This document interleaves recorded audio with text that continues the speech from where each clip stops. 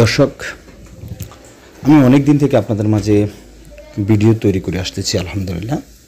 আলহামদুলিল্লাহ আমাকে অনেকে কল দিয়েছেন যে ভাই 3 থেকে 4 বছর ওভার হয়ে গিয়েছে, কিন্তু আরবিতে কথা বলতে পারি নাই, শিখতে পারি নাই, অনেক সমস্যার সম্মুখীন হতে হয়েছে আমাকে।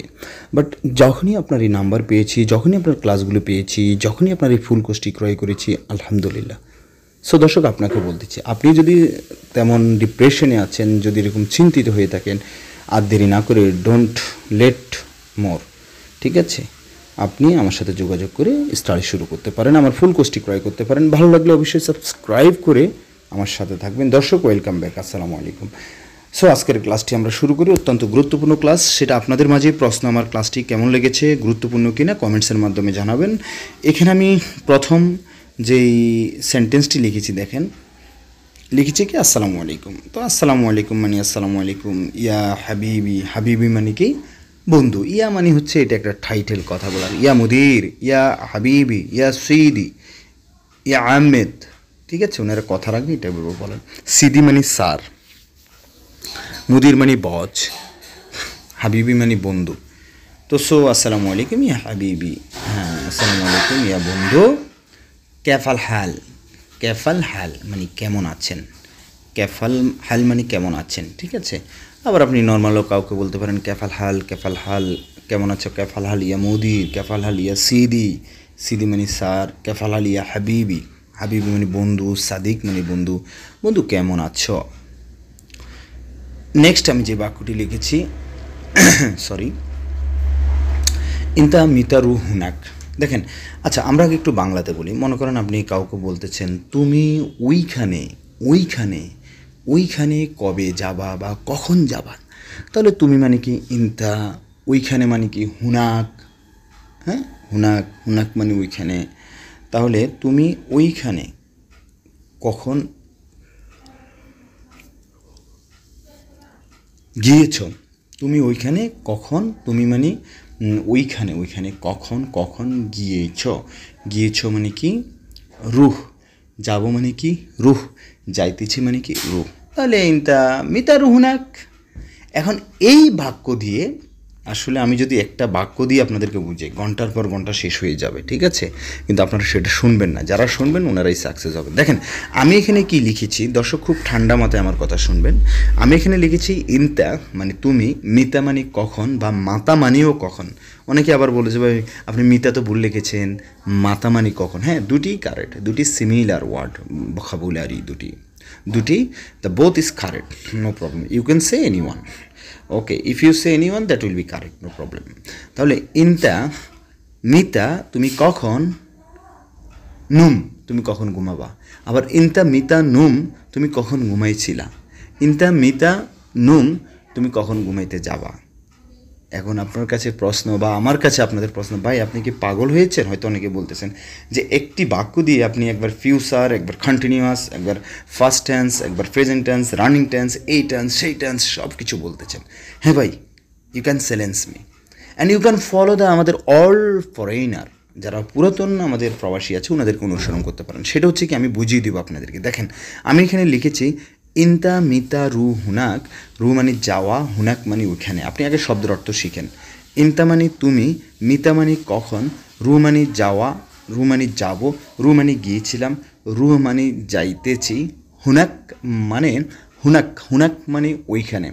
সো ইনতা মিতা রু হুনাক, আমি লিখেছি তুমি ওইখানে কখন গিয়েছ। এখন আবার তুমি ওইখানে কখন যাবা, এটা হবে তুমি ওইখানে কখন যাইতেছ। ধরেন এখন এটা আমি কিভাবে বুঝবো বা কিভাবে বলবো, দেখেন আমি রুমে এসে দেখি, মনে করেন আপনার ওইখানে যাওয়ার কথা, ঠিক আছে, এখন আমি রুমে এসে দেখি আপনি নেই। এই দোস্ত, ওয়াইন ইনতা, হোয়ার আর ইউ, ওয়াইন ইনতা তুমি কোথায়, ওয়াইন মানে কোথায়, ইনতা মানে তুমি, ওয়াইন ইনতা তুমি কোথায়। তখন সে আমাকে বলতেছে আনা মৌজুদ মাহল, মাহল মানে দোকান, আনা মৌজুদ মানে আমি আছি, আনা মানে আমি, মৌজুদ মানে আছি আছে, মাহল মানে দোকান, মাহল নোট করেন খাতায়, আনা মৌজুদ আমি আছি, মাহল আমি দোকানে আছি। এরপর বাদেন আনা গুল, আনা মানে আমি, গুল মানে বলতেছি বলা, আনা গুল আমি বলতেছি ইনতা মিতারু হুনাক, তখন সেও বুঝে নিবে যে এই বাক্যটা দ্বারা তুমি কখন গিয়েছ, যেহেতু আমি রুমে এসে দেখিনি আপনি চলে গিয়েছেন। আর আমারও মনের ধারণা আইডিয়া আমি এটাই বলতেছি যে তুমি কখন গিয়েছো, ইনতা মিতারু হুনাক। তাহলে এই বাক্য দ্বারা এখন কোথায় গিয়েছো, কখন গিয়েছো, আমরা অটোমেটিক সেও বুঝে নিবে, আমিও বুঝে নিবে। সেটা সিচুয়েশন অনুযায়ী এক এক সময় এক এক রূপ ধারণ করে।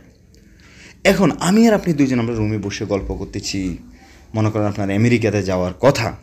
এই দোস্ত তুমি কখন যাবো আমেরিকা? তখন আমি যদি বলি এই ইনতা মিতারু হুনাক, ইনতা মিতারু আমেরিকা। কারণ আমি জানি আপনি আমেরিকা যাওয়ার কথা, আপনিও জানেন, কিন্তু কবে যাবেন এটা আমি আর আপনি জানি না।